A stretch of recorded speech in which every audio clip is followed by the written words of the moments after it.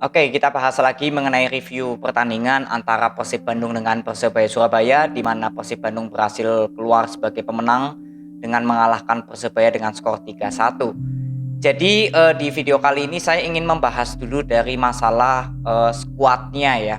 Kalau Persib Bandung, saya sudah berapa kali mengatakan chemistry yang terjadi di para pemain Persib Bandung ini sudah bagus ya, karena nggak banyak merombak pemainnya.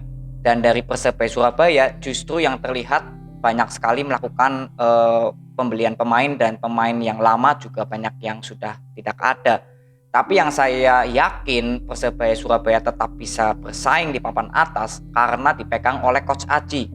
Saya sudah pernah membahas ini.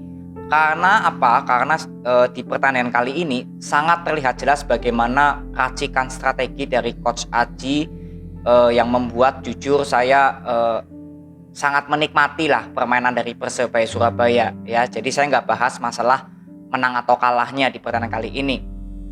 Jadi di babak pertama di 5 menit awal Persib Bandung banyak sekali menekan ya. Jadi di awal-awal sudah ada peluang dari Beckham Putra yang tendangannya masih meleset di pinggir gawang, dan sisanya di 5 menit ke atas Persebaya Surabaya berhasil mengambil alih bola possession. Nah, di sini analisa saya kenapa Persebaya Surabaya bisa mengendalikan bola possession, karena pemain Persib Bandung tidak melakukan pressing. Di 5 menit awal Persib Bandung melakukan pressing. Jadi banyak sekali membuat permainan Persebaya Surabaya di 5 menit awal sedikit keteteran. Nah, sebaliknya kenapa terlihat Persib Bandung saat memegang bola dan membangun serangan banyak sekali melakukan passing long ball, karena memang pemain Persebaya Surabaya bertahannya ini tetap melakukan pressing sampai ke depan.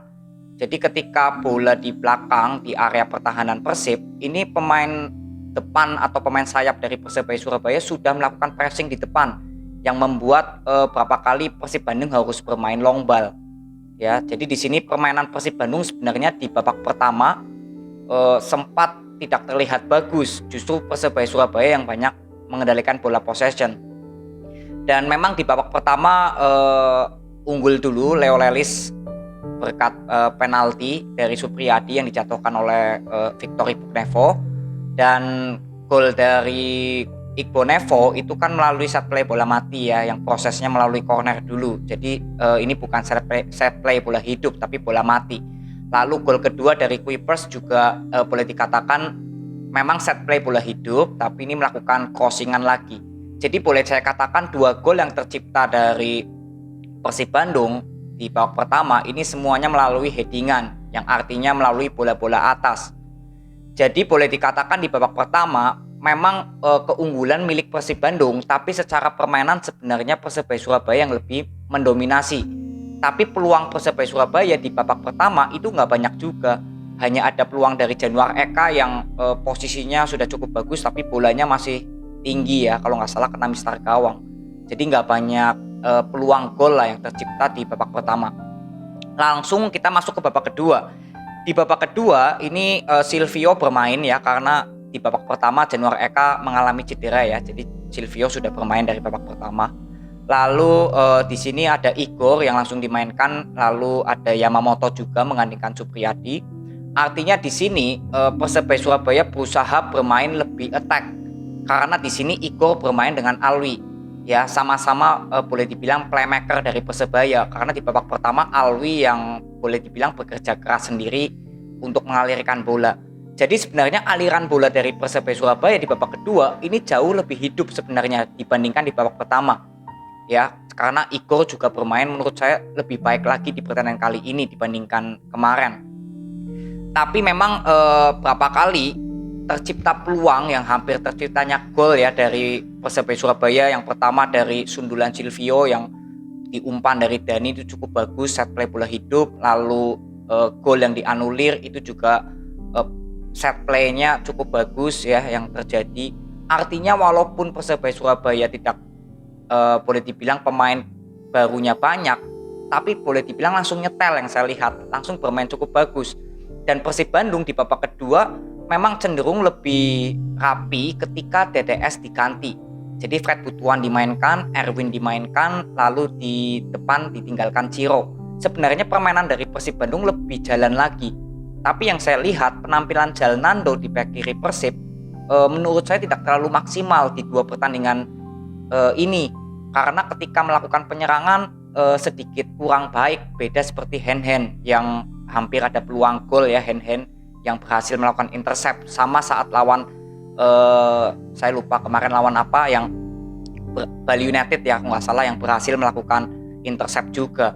Jadi ini tinggal back kiri dari Persib Bandung yang menurut saya Jalnando penampilannya saat bertahan bagus, tapi saat membantu serangan saya kira masih kurang baik untuk Jalnando.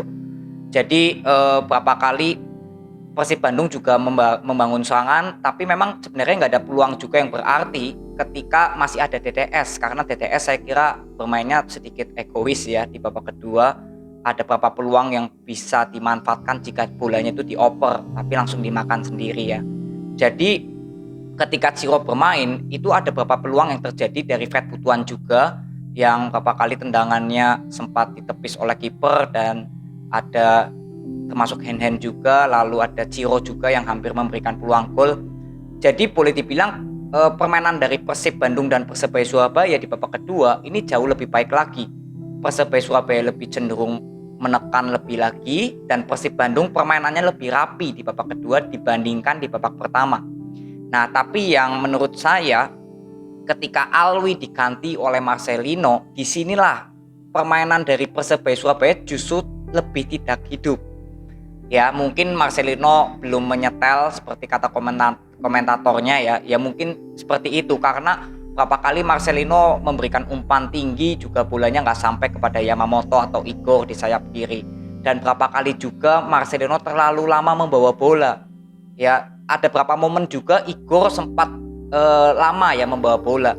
Jadi beberapa kali momentum yang biasanya dimanfaatkan Persebaya Surabaya seperti di babak pertama yang bermain passing-passing cepat, ini hilang momennya. Ya jadi ya mungkin Alwi sudah capek ya, jadi diganti Marcelino. Tapi justru sebenarnya permainan Persebaya Surabaya ketika Marcelino main sedikit kurang hidup lagi seperti saat Alwi masih main. Ini menurut analisa saya. Dan Persebaya Surabaya memang banyak menekan di babak kedua, tapi memang di sini di counter attack ya oleh Ciro, melakukan skill individu melewati 2 pemain dan langsung terjadi gol. Tapi penampilan dari Dandi Maulana back dari Persebaya bersama Leo Lelis ini cukup bagus menurut saya, cukup baik. Jadi overall di pertandingan kali ini Persib Bandung bisa memanfaatkan efektivitas untuk mencetak gol, karena nggak banyak peluang juga, tapi sekalinya ada peluang berbahaya itu langsung menuju ke arah gawang semua ya, menuju ke arah gawang Persebaya Surabaya, dan tercipta 3 gol juga. Dan untuk Persebaya Surabaya saya kira walaupun ini mengalami kekalahan 3-1, tapi saya jujur bisa menikmati, dan ini kekalahan yang menurut saya masih bisa diterima oleh seluruh pendukung dari Persebaya Surabaya, karena menurut saya Persebaya Surabaya tetap bermain cukup cantik karena banyak peluang ya, kecuali nggak ada peluang itu mungkin bermainnya tidak bagus. Tapi ini bola possession dikuasai, peluang juga banyak yang dilakukan oleh pemain Persebaya, artinya memang sudah berjalan sistemnya di bawah dari Coach Aji walaupun memang mengalami hasil kekalahan ya. Jadi Persib Bandung kesempatan kecil apapun yang diberikan ini bisa menjadi gol semua ya. Jadi ini analisa saya di pertandingan Persib Bandung dengan Persebaya Surabaya. Selamat untuk Persib Bandung mendapatkan 3 poin, dan untuk Persebaya Surabaya walaupun kalah tapi secara permainan sudah cukup bagus ya. Ini merupakan proses kalau menurut saya untuk persiapan nanti di Liga 1. Jadi tetap semangat untuk Persebaya Surabaya. Jadi nanti kita ketemu di review untuk pertandingan Persib Bandung berikutnya melawan Bayangkara, dan Persebaya Surabaya melawan Bali United ya. Jadi itu aja, terima kasih, sampai ketemu di video berikutnya. See you.